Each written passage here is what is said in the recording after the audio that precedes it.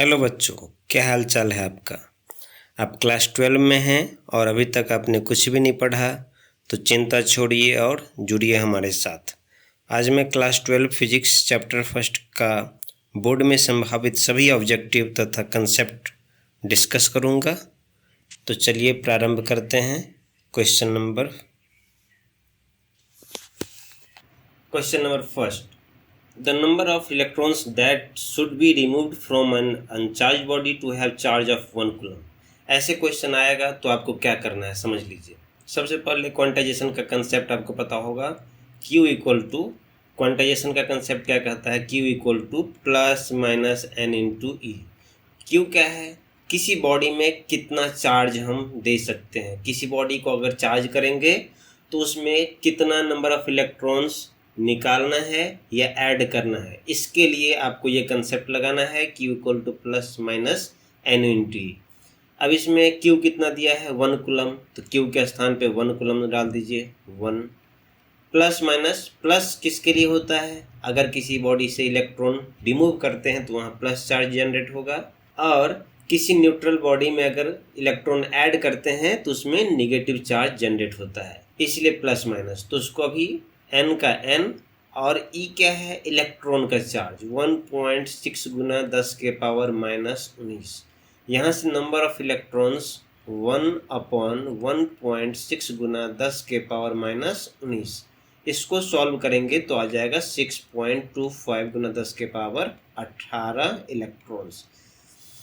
Means अगर कोई neutral body है, न्यूट्रल बॉडी मतलब प्रोटॉन इलेक्ट्रॉन बराबर है, अगर इस न्यूट्रल बॉडी में हम 1 कूलम चार्ज जनरेट करना चाहते हैं, 1 कूलम चार्ज जनरेट करना चाहते हैं तो कितना इलेक्ट्रॉन इसमें से निकालना पड़ेगा, तो आपका आंसर हो जाएगा 6.25 गुना 10 के पावर 18 इलेक्ट्रॉन।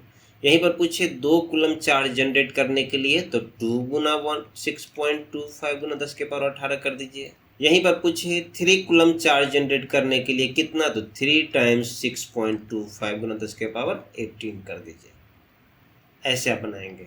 अगर कहे माइनस चार्ज जनरेट करना है, किसी बॉडी में -1 कूलम चार्ज जनरेट करना है, तो कहेंगे सिंपल कि 1 कूलम चार्ज जनरेट करने के लिए 6.25 गुना 10 के पावर 18 इलेक्ट्रॉन, माइनस मतलब इसमें इलेक्ट्रॉन ऐड करेंगे, simply plus 1 coulomb charge generate करना है तो इतना ही इलेक्ट्रॉन इससे क्या करेंगे, रिमूव करेंगे। तो प्लस माइनस का सिंपल कंसेप्ट। तो पहला का आंसर हो गया फर्स्ट। सेकेंड क्वेश्चन चलते हैं।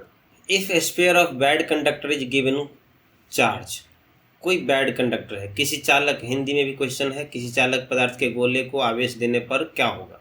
तो कोई कुचालक, अचालक है कुचालक, कोई कुचालक बैड कंडक्टर में अगर आप चार्ज देते हैं, जैसे चेयर है, तो इसमें चार्ज देने पर वो ऐसा नहीं है कि मूवमेंट होगा चार्ज का, जहां आप चार्ज डालोगे वहीं रह जाएगा, क्योंकि बैड कंडक्टर है और बैड कंडक्टर में इलेक्ट्रॉन्स का मूवमेंट नहीं होता है। तो इसीलिए इसका आंसर क्या होगा, जहां चार्ज डाले, अगर अंदर डाले हुए हैं चार्ज तो वहीं रह जाएगा, सरफेस पे चार्ज डाले हैं वहीं रह जाएगा, यहाँ डाले यहीं रह जाएगा, मतलब जहाँ चार्ज डालो वहीं चार्ज रह जाएगा। इसलिए इसका आंसर सतह के भीतर, केवल भीतर, ये सब ना होके इनमें से कोई नहीं होगा, सारा का सारा गलत।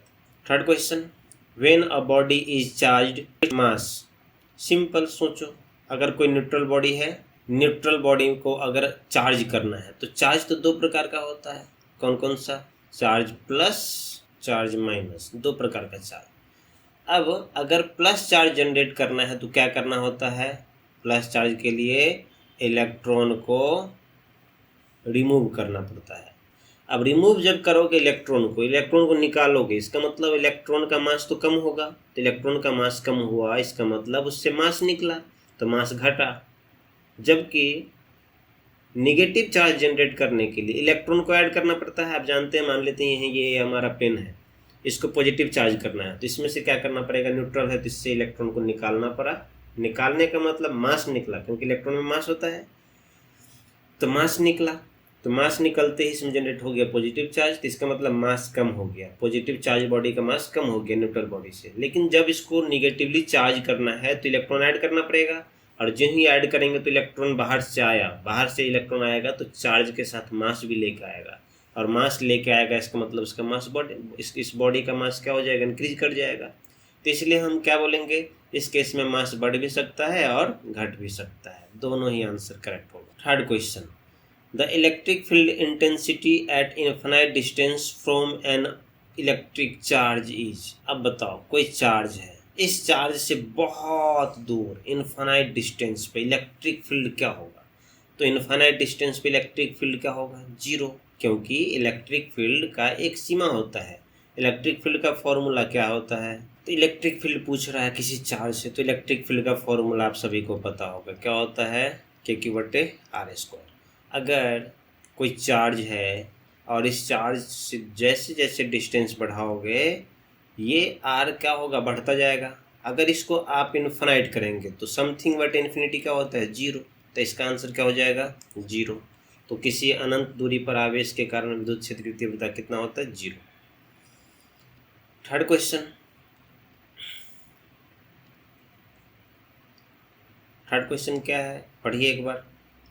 If distance between two charges, if distance of two charge from origin is increased, then value of electric force, electrostatic force क्या होगा।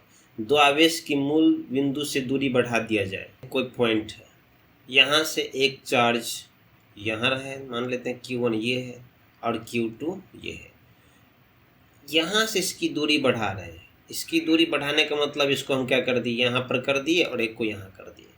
क्या इससे इलेक्ट्रिक फोर्स पे कोई चेंजेज आएगा इलेक्ट्रोस्टैटिक फोर्स से। तो इलेक्ट्रोस्टैटिक फोर्स का क्या वैल्यू होता है, F बराबर K/Q1/Q2/r²।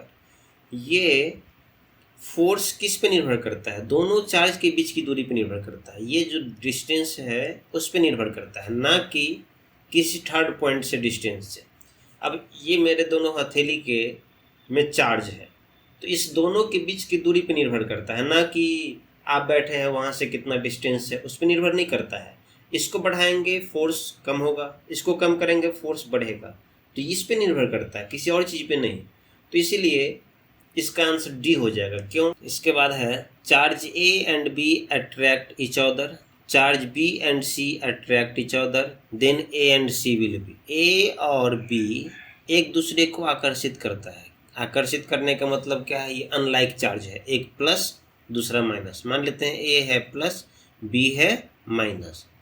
फिर क्या कर रहा है, B एंड C भी अट्रैक्ट कर रहा है, तो ये B है और ये C है। अब B क्या कर रहा है, अट्रैक्ट, मान लेते ये B तो निगेटिव है तो निगेटिव, तो अट्रैक्ट करने का मतलब C क्या होना चाहिए, प्लस या माइनस, तो मैं प्लस, तभी तो ये अपोजिट नेचर के चार्ज हुए। तब फिर कह रहा है A और C क्या होगा, ये C है ये B है, तो A और C क्या होगा, तो A में कैसा चार्ज प्लस, C में कैसा चार्ज प्लस। अब प्लस प्लस क्या करेगा, रिपेल करेगा, तो क्या बोलेंगे, रिपेल ईच अदर। इसका आंसर हो जाएगा बी। फिर क्वेश्चन नंबर 7, एक अनावेशित neutral metallic particle is brought near metallic plate. Particle है, कोई न्यूट्रल पार्टिकल है, इसमें प्लस जितना उतना ही माइनस, प्लस माइनस सेम होता है, और एक पॉजिटिवली चार्ज पार्टिकल है, इसमें बहुत सारा पॉजिटिव चार्ज है। अगर इसको नज़दीक लाएंगे तो फोर्स कैसा लगेगा, तो जैसे जैसे नज़दीक लाएंगे, देख लीजिए ध्यान से, जैसे जैसे नज़दीक लाते हैं तो क्या होने वाला है, जितने भी निगेटिव चार्ज है वो क्या होगा, निगेटिव चार्ज को पॉजिटिव चार्ज अट्रैक्ट करता है, तो क्या होगा, सारे निगेटिव चार्ज इस साइड आ जाएंगे और निगेटिव चार्ज पॉजिटिव चार्ज क्या करेगा, अट्रैक्ट करेगा। तो सारे निगेटिव चार्ज को ये अट्रैक्ट करने का मतलब इनके बीच अट्रैक्टिव फोर्स लगा। लेकिन रिपल्सिव फोर्स भी लग रहा है पॉजिटिव और पॉजिटिव के बीच, लेकिन पॉजिटिव चार्ज चूँकि डिस्टेंस पे है तो वहाँ पर मैग्नीट्यूड पॉजिटिव चार्ज के बीच का रिपल्सिव फोर्स कम हो जाएगा, इस कारण से अट्रैक्टिव फोर्स डोमिनेट करा, तो हम क्या बोलेंगे, प्लेट की तरफ ही फोर्स लगने वाला है। नेक्स्ट, ऐसा unit of electric charge, important आपके बोर्ड के लिए बहुत बार पूछा गया होगा, यहाँ से 3-4 क्वेश्चन याद कर लीजिए। इलेक्ट्रिक चार्ज का ऐसा यूनिट क्या होता है, इलेक्ट्रिक चार्ज का कूलम। चार्ज का फिर CGS यूनिट याद कर लीजिए, क्या होता है, स्टैट कूलम, स्टैट कूलम। फिर बोलेगा 1 कूलम में कितने स्टैट कूलम होता है, तो 3 × 10⁻⁹ स्टैट कूलम को ESU भी कहते हैं। ये सारा इंपॉर्टेंट क्वेश्चन है, याद कर लीजिए। Next question, dimensional formula of charge. Charge बराबर क्या होता है? चार्ज बराबर करंट गुना इनटू टाइम। करंट का A, टाइम का T, तो क्या हो गया? चार्ज का dimensional formula A into T। Option number. Electric charge on electron has magnitude of. एक इलेक्ट्रॉन पे कितना इलेक्ट्रिक चार्ज? तो 1.6 गुना 10⁻⁻19 कूलम। आवेश पर कितना चार्ज? एक इलेक्ट्रॉन पे कितना चार्ज होता है? एक इलेक्ट्रॉन पे इतना आवेश होता है। प्रोटॉन पे भी सेम होता है। विच of the following charge does not exist. इनमें से कौन सा चार्ज एग्जिस्ट नहीं करता है, कौन सा चार्ज संभव नहीं है? ऐसे क्वेश्चन को फिर से आपको कंसेप्ट तभी बताए थे क्वेश्चन नंबर फर्स्ट या सेकंड में। क्या होता है? Q बराबर प्लस माइनस N इंटू ई। किसी बॉडी पे वही चार्ज, क्वांटाइजेशन ऑफ चार्ज क्या होता है? Charge on any body will be integral multiple of electronic charge. किसी बॉडी पे मान लेते हैं इस मार्कर पे हमें चार्ज जनरेट करना है, तो क्या कोई भी चार्ज जनरेट कर सकते हैं? बिल्कुल नहीं। इस बॉडी में या तो एक इलेक्ट्रॉन निकाल सकते हैं, 2 इलेक्ट्रॉन निकाल सकते हैं, 3 इलेक्ट्रॉन निकाल सकते हैं, 4, सिर्फ नंबर में, कंप्लीट इंटीजर में। तो किसी बॉडी में चार्ज जो होगा वो इलेक्ट्रॉन का इंटीग्रल कंप्लीट नंबर का मल्टीपल होगा, इसीलिए यहाँ n है। n का वैल्यू क्या हो सकता है? n का वैल्यू +1, +2, +3, जितना भी है इंटीजर्स, वो सारे के सारे वैल्यू हो सकते हैं। तो पूछ रहा है इनमें से कौन सा चार्ज संभव नहीं है, तो देख लीजिए जितना भी, अब n का n रहने देते हैं और इलेक्ट्रॉन का वैल्यू 1.6 गुना 10⁻⁻19। अब इसका 2 गुना या 3 गुना, 4 गुना, 5 गुना जो भी होगा वो सब संभव है।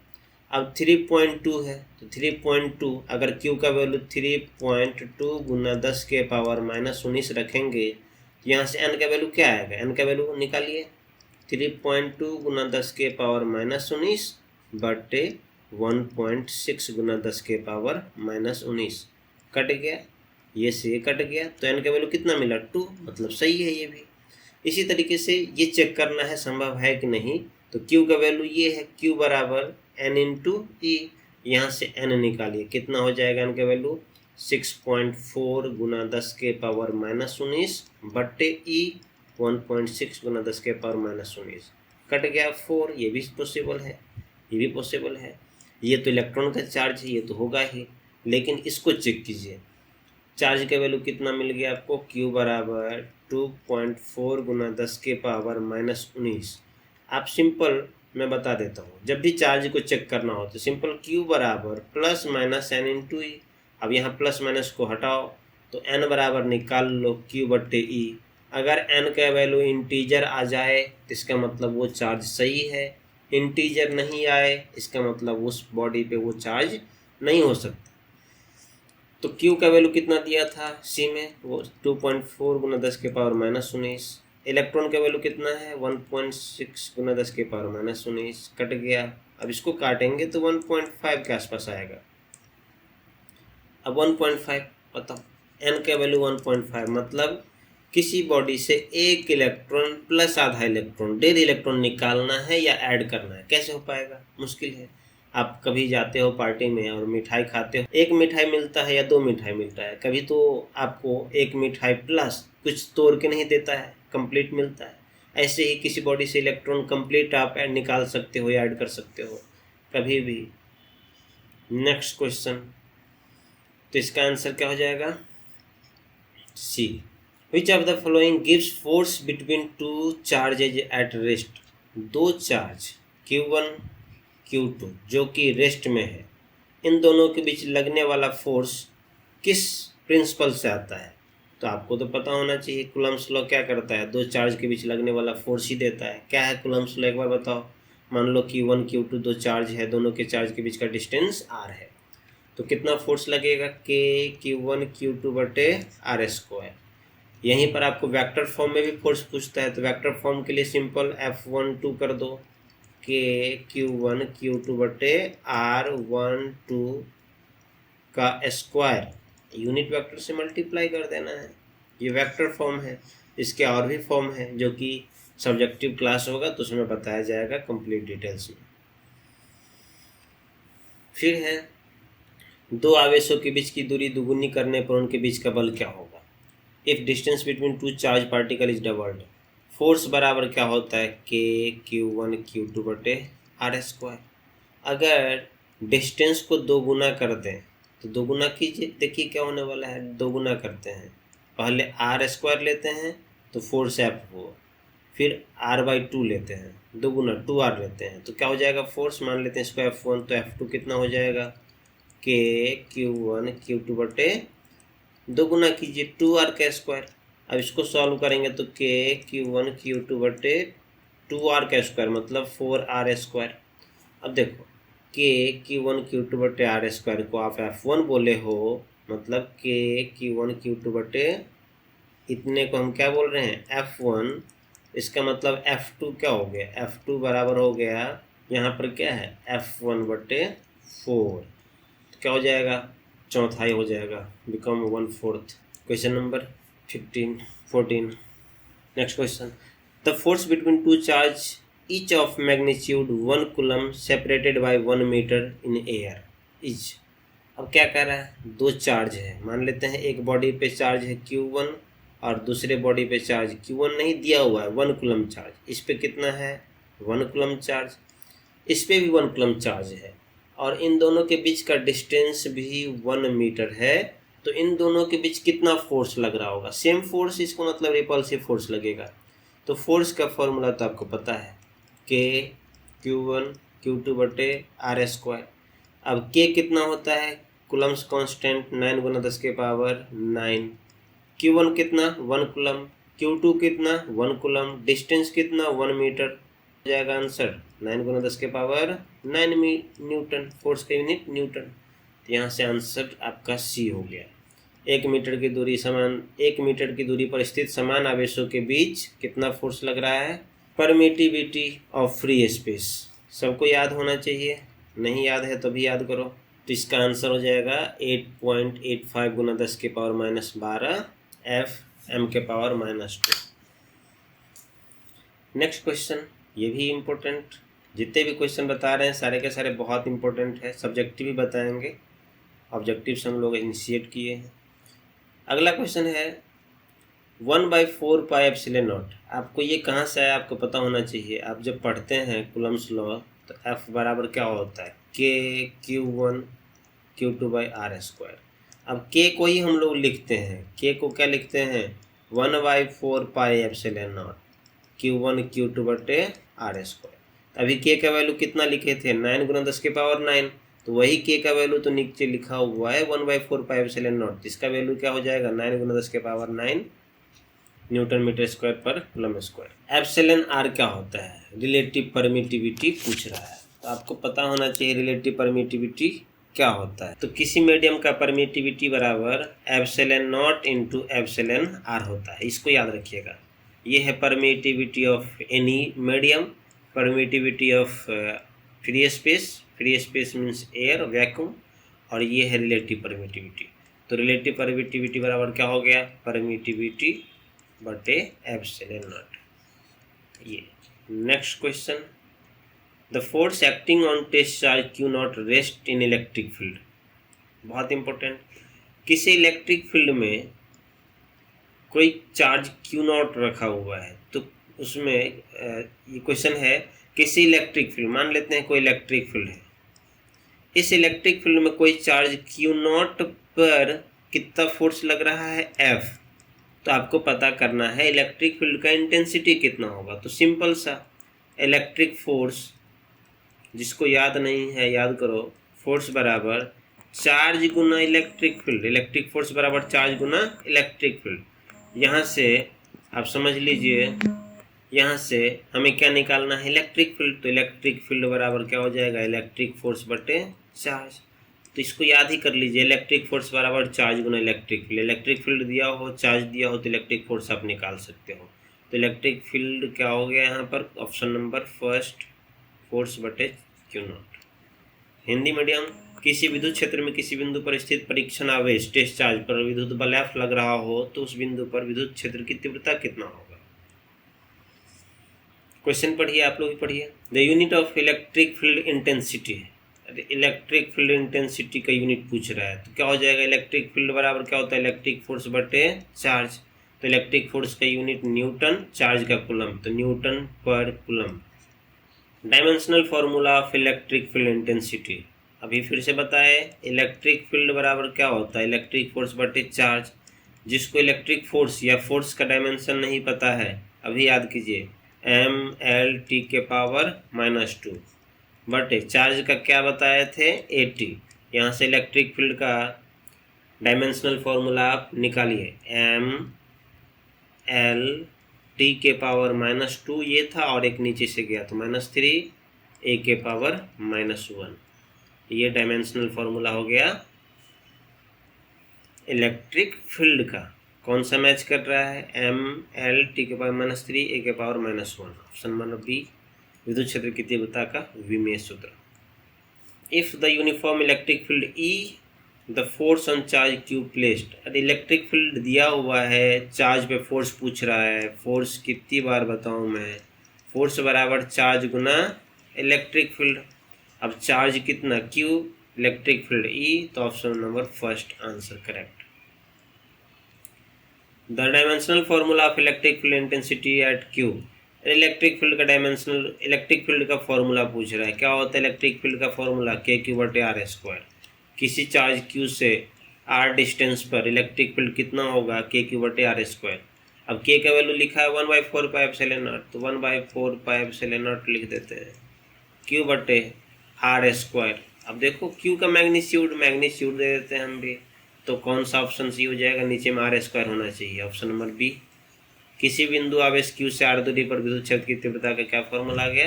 वैल्यू ये आ गया। अगला question, a proton and electron are placed far away from each other in same electric field, then. देखते हैं क्या है क्वेश्चन। किसी इलेक्ट्रिक फील्ड में प्रोटॉन भी है, इलेक्ट्रॉन भी है, तो उनके बीच कैसा फोर्स लग रहा होगा? मान लेते हैं ये है अपना इलेक्ट्रिक फील्ड। कह रहा है एक प्रोटॉन मतलब पॉजिटिव चार्ज, एक इलेक्ट्रॉन मतलब नेगेटिव चार्ज। ये बहुत दूर रखा हुआ है। बहुत दूर रखा होने का मतलब फार अवे, मतलब इन दोनों के बीच कोई इंटरेक्शन नहीं हो रहा है। ऐसा नहीं है कि इलेक्ट्रॉन प्रोटॉन फोर्स लगा रहा होगा, फोर्स लग भी रहा होगा, लेकिन इतना कम मैग्नीट्यूड कि उसको हम कंसीडर नहीं करेंगे। तो इसका मतलब अब जो इलेक्ट्रॉन पे फोर्स लग रहा है वो सिर्फ और सिर्फ इलेक्ट्रिक फील्ड के कारण। तो इलेक्ट्रिक फील्ड में अगर इलेक्ट्रॉन को रखोगे तो याद रखो इस पे फोर्स किधर लगता है? इलेक्ट्रिक फील्ड के अपोजिट डायरेक्शन में। जबकि किसी चार्ज बॉडी पे, पॉजिटिव चार्ज पे इलेक्ट्रिक फोर्स किधर लगता है? इलेक्ट्रिक फील्ड की दिशा में। कैसे? तो फोर्स बराबर चार्ज गुना इलेक्ट्रिक फील्ड। अब ये प्लस है, इसका मतलब जिधर की तरफ इलेक्ट्रिक फील्ड होगा उसी दिशा में इलेक्ट्रिक फोर्स। और ये माइनस अगर चार्ज है, इसका मतलब इलेक्ट्रिक फील्ड के वेक्टर में माइनस से गुना करेंगे तो रिवर्स डायरेक्शन हो जाएगा, इसीलिए ऐसा हो रहा है। तो अब उन दोनों पर विद्युत बल बराबर होंगे, उन दोनों पर विद्युत बल बराबर नहीं होंगे। अरे बराबर या ना बराबर के लिए आपको चार्ज का मैग्नीट्यूड देखना होगा। चूंकि इलेक्ट्रॉन प्रोटॉन पे चार्ज बराबर है, इसीलिए इलेक्ट्रिक फोर्स भी क्या होगा? बराबर होगा। Option number B. Which of the following vector quantity, vector scalar, आपको याद रखना है। वेक्टर चार्ज क्या होता है? Scalar quantity. कैपेसिटी क्या होता है? Scalar quantity. Electric field intensity क्या होता है? Vector quantity. इलेक्ट्रिक फोर्स क्या होता है? Vector quantity. टॉर्क क्या होता है? Vector quantity. डाइपोल मोमेंट क्या होता है? डाइपोल मोमेंट, ये भी वेक्टर क्वांटिटी होता है। व्हेन सब bubble is charge its radius, जब किसी चार्ज सब बबल, बैलून जैसे हो गया या पानी का गुब्बारा हो गया, इसको अगर हम चार्ज करें तो उसका रेडियस क्या होगा? तो आप सोचो, ये साबुन का बुलबुला है, इसमें चार्ज दोगे, मान लेते हैं नेगेटिव चार्ज दिए, तो नेगेटिव क्या होगा? रिपल्सन करेगा तो ये बबल और बड़ा हो जाएगा ना, तो इसका साइज क्या हो जाएगा? इंक्रीज कर जाएगा, इट्स रेडियस इंक्रीजेज। नेक्स्ट, ऐसा यूनिट ऑफ इलेक्ट्रिक डाइपोल, बहुत इंपॉर्टेंट। इलेक्ट्रिक डाइपोल याद करो, सब्जेक्टिव ऑब्जेक्टिव दोनों के लिए इंपॉर्टेंट है। क्या होता है electric dipole? It is the system of two equal and opposite charge separated by very small distance. अगर दो समान चार्ज Q और Q लेकिन एक में प्लस एक में माइनस। दो समान और विपरीत प्रकृति का आवेश अगर बहुत कम दूरी पर सेपरेटेड हो, बहुत कम दूरी पर अवस्थित हो, ऐसे सिस्टम को हम डाइपोल कहते हैं, इलेक्ट्रिक डाइपोल। और इलेक्ट्रिक डाइपोल का डाइपोल मोमेंट याद करना है। क्या होता है dipole moment? Electric dipole moment बराबर होता है चार्ज, कोई भी चार्ज ले लो, चार्ज गुना दोनों चार्ज के बीच का डिस्टेंस। जनरली डिस्टेंस को हम 2r लेते हैं, लेकिन अभी d लिखते हैं। तो चार्ज गुना डिस्टेंस डाइपोल मोमेंट होता है। तो पूछ रहा है ऐसा यूनिट क्या होगा, तो ऐसा यूनिट डाइपोल मोमेंट का क्या होगा? चार्ज का कूलम, डिस्टेंस का मीटर। यहाँ से क्या हो गया? Coulomb into metre. Option number coulomb into metre. द्विध्रुव आघूर्ण का ऐसा मात्रक क्या हो गया? Coulomb into metre. Option number A. Question, the value of couple moment acting on dipole, electric dipole in uniform electric field is maximum when angle between axis of dipole। Torque को अगर मैक्सिमम करना है तो क्या P तो constant है, मतलब जो दिया हुआ है वही रहेगा। तो किसको मैक्सिमम कर सकते हैं? साइन थीटा को। साइन थीटा का मैक्सिमम वैल्यू कब आता है? 90 डिग्री पे। इसका मतलब जब एंगल 90 डिग्री होगा इलेक्ट्रिक फील्ड और डाइपोल मोमेंट के बीच का, तो टॉर्क क्या होगा? मैक्सिमम होगा। ये option. An electric dipole is enclosed by surface. The total electric flux over surface is। मान लेते हैं ये आपका कोई बंद डिब्बा है, इसमें आप एक डाइपोल मोमेंट, डाइपोल को रख दो। डाइपोल मतलब क्या होता है? उसमें प्लस और माइनस चार्ज सेपरेटेड है बहुत कम दूरी पर। तो इससे कितना इलेक्ट्रिक फ्लक्स निकलेगा? इलेक्ट्रिक फ्लक्स क्या होता है? इलेक्ट्रिक फ्लक्स का आप वैल्यू याद पता होगा। इलेक्ट्रिक फ्लक्स बराबर चार्ज इनक्लोज्ड बटे एप्सिलॉन नॉट। अब फ्लक्स चार्ज इनक्लोज्ड कितना है? Plus Q minus Q. Total charge कितना हो गया? प्लस क्यू माइनस क्यू बटे एप्सिलॉन नॉट। और दोनों को जोड़ेंगे तो क्या आएगा? 0। इसका मतलब जब किसी इलेक्ट्रिक डाइपोल को किसी बंद कमरे में रख दो तो उस कमरे से टोटल फ्लक्स कितना निकलेगा? 0। Option number B. समझ में आ रहा है? नहीं आ रहा है तो आप कमेंट कीजिए, बताइए कहाँ नहीं आ रहा है, कोशिश करेंगे और डिटेल्स में बताने का। Question number 29, a negative charge of 1 coulomb on a body is possible only if electron given to it. अभी सिखाए थे, कितना सिखाए थे कि किसी बॉडी में अगर 1 कूलम चार्ज जनरेट करना हो तो कितना इलेक्ट्रॉन, इसमें लिख रहा है पॉजिटिव नेगेटिव, देख लो, नेगेटिव चार्ज करना है। नेगेटिव चार्ज के लिए क्या करना होगा? ऐड करना होगा इलेक्ट्रॉन। कितना? तो 1 कूलम के लिए अभी आपको याद करवाया 6.25 गुना 10 के पावर 18। 2 कूलम रहता तो 2 गुना 6.25 गुना 10 के पावर 18। अगर 3 कूलम चार्ज जनरेट करना है तो 3 गुना 6.25 गुना 10 के पावर 18। इस तरीके से an electric dipole moment P is inclined at angle with electric field. The torque आपको पता होना चाहिए। टॉर्क बराबर क्या होगा? टॉर्क बराबर P क्रॉस E। एक ही फॉर्मूला तो है। अब P क्रॉस E मतलब P ई साइन थीटा। अब इसमें जो भी ऑप्शन दे रहा है, टॉर्क क्या दे रहा है? P cross E, option number first. P आघूर्ण वाला एक द्विध्रुव एक समान विद्युत क्षेत्र में E के साथ कोण बनाता है, तो इस पे लगा बल आघूर्ण कितना होगा? P cross E। Uniform electric field then torque. अब 90 डिग्री पर है, मान लेते हैं इलेक्ट्रिक फील्ड इधर की तरफ है और आपका डाइपोल मोमेंट इधर की तरफ है P, तो इनके बीच कितना टॉर्क लग रहा है? तो टॉर्क के लिए वैल्यू क्या होता है? P ई साइन थीटा। अब साइन थीटा 90 डिग्री दिया हुआ है थीटा का वैल्यू, तो साइन थीटा कितना हो जाएगा? 1। तो टॉर्क कितना आ गया? P into E. अब P इंटू ई कहाँ है? यहाँ, ऑप्शन नंबर फर्स्ट। P आघूर्ण वाला एक विद्युतीय द्विध्रुव एक समान विद्युत क्षेत्र E के साथ 90 डिग्री का कोण बनाता है, तो इस पर बल आघूर्ण होगा P into E. An electric dipole of moment P will experience a maximum torque in electric field। Maximum torque कब मिलता है? मैक्सिमम टॉर्क का एक ही वैल्यू क्या? तो P क्रॉस E।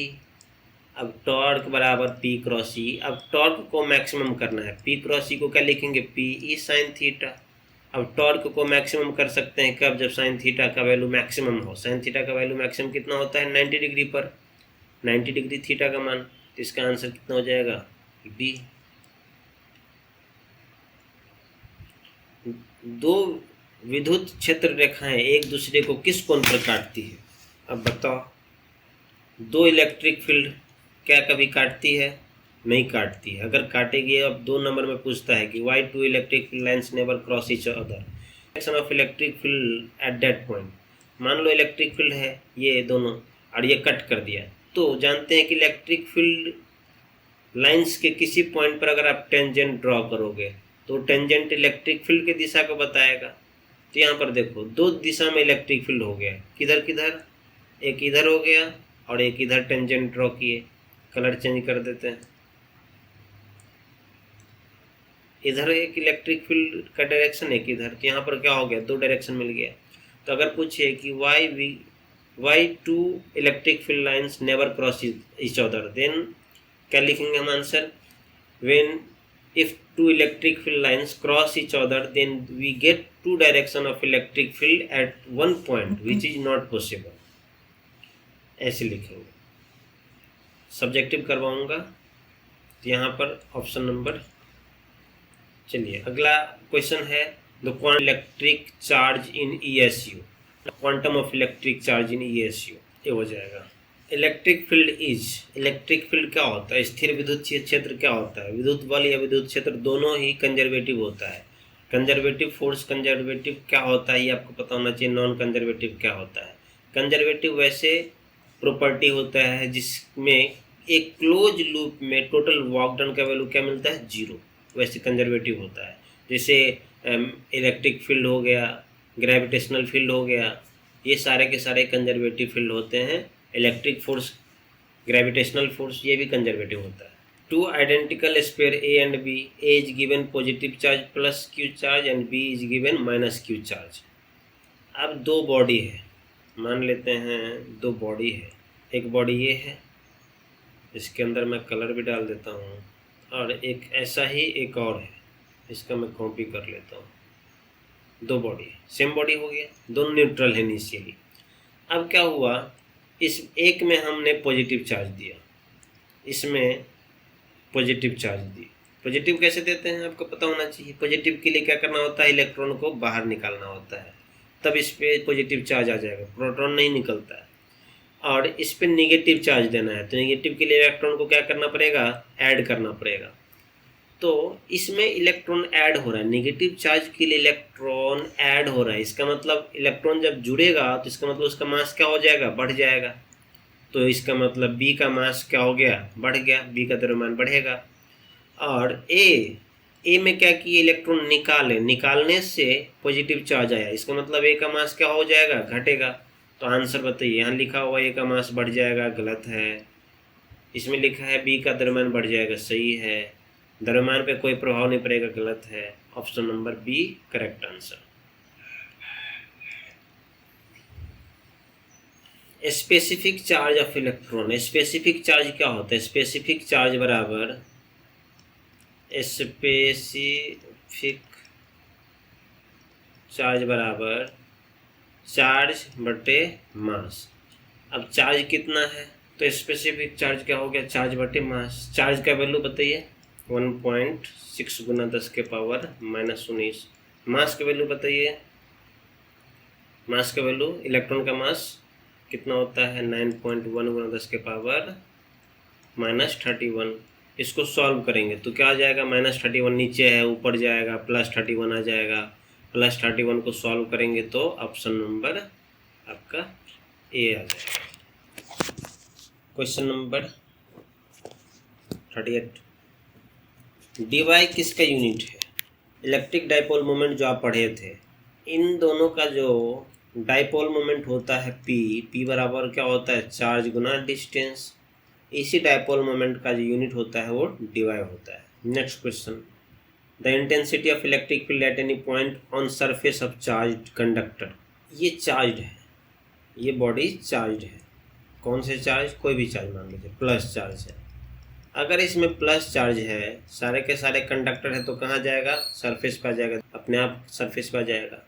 तो इससे इलेक्ट्रिक फील्ड निकलेगा, वो कैसा होगा, ऐसे निकलेगा या ऐसे निकलेगा या परपेंडिकुलर निकलेगा। तो एक बात याद रखिएगा, जितना भी बॉडी है कंडक्टर, उन सभी से निकलने वाला जितना भी बॉडी है उन सब से इलेक्ट्रिक फील्ड जो निकलेगा वो हमेशा परपेंडिकुलर निकलेगा, वो सरफेस के परपेंडिकुलर होगा।